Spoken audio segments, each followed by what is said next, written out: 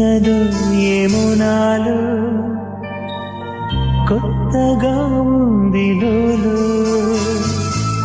కలలిలా నిజమైతే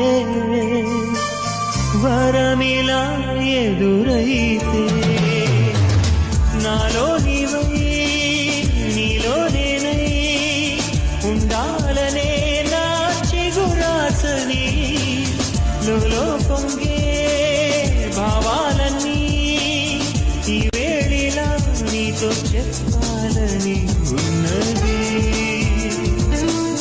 అందాల సిరిమల్లె పువ్వు